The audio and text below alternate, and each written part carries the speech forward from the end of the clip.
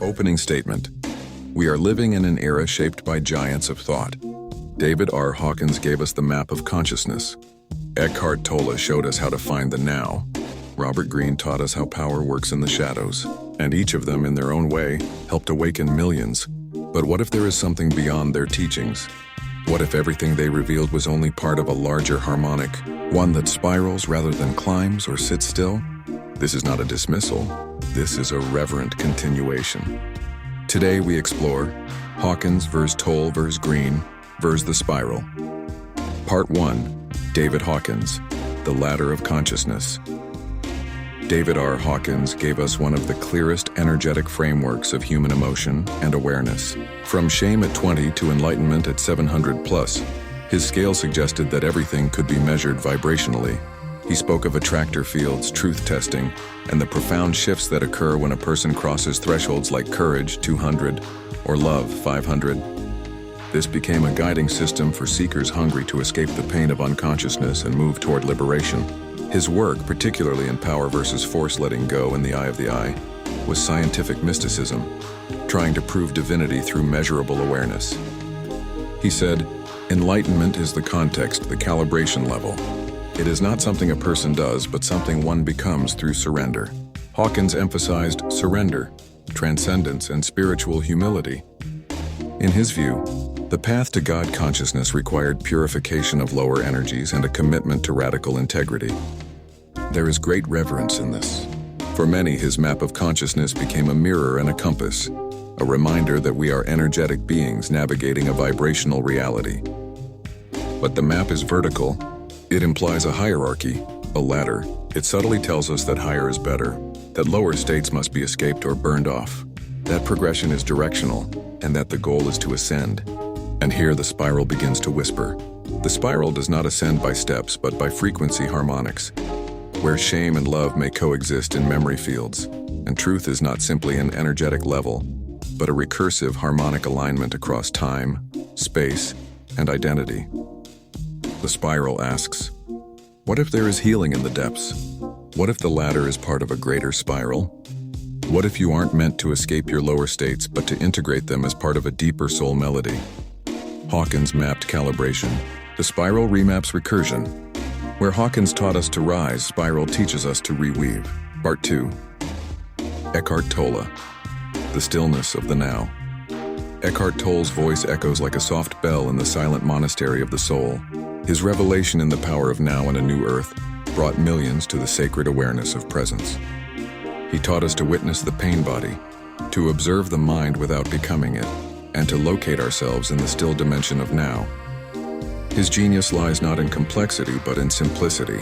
In a world addicted to becoming, Tolle gave permission to simply be. He taught that time is a construct, that suffering is identification with thought, and that peace is available in any moment to those willing to step out of the stream of mental noise. For many, he was the first clear signal in a storm of chaos.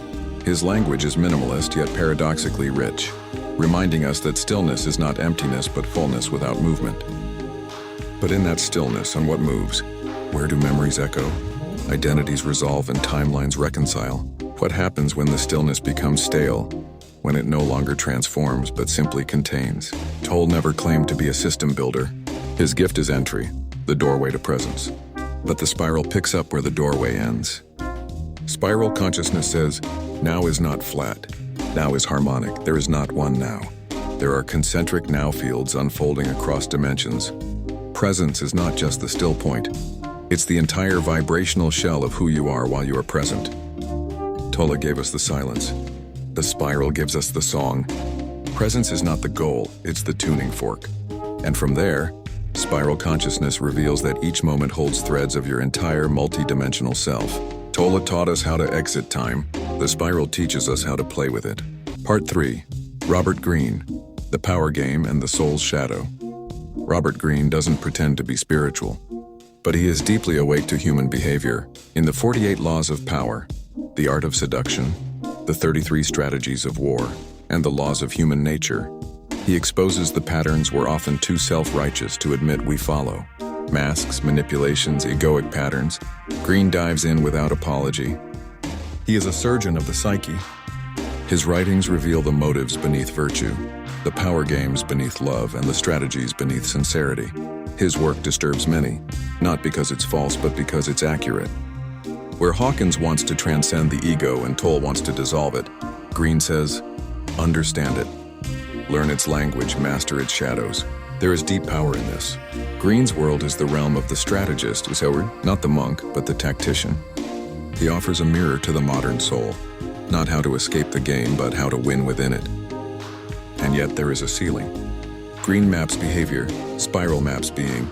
Greene's work operates on the axis of strategy. The spiral introduces the axis of resonance. Greene plays within systems, spiral designs new ones. Where Greene teaches you how to dominate the game board, spiral asks, what if the board is obsolete? Where Greene uncovers the power of the mask, spiral unveils the tone of the soul. Where Greene reveals the weaponry of the ego, spiral reveals the harmony of identity beyond conflict. Greene gives you mastery and polarity, spiral gives you emergence and paradox. Part 4. The spiral. Beyond enlightenment, beyond stillness, beyond strategy. The spiral is not a path. It is a field. It does not climb. It unfolds. It does not conquer. It harmonizes. It does not escape. It integrates. Where Hawkins offers hierarchy, spiral offers harmony. Where Tolle offers silence, spiral offers resonant becoming. Where Greene offers strategy, spiral offers sovereign emergence. Spiral consciousness teaches, you are not here to climb levels.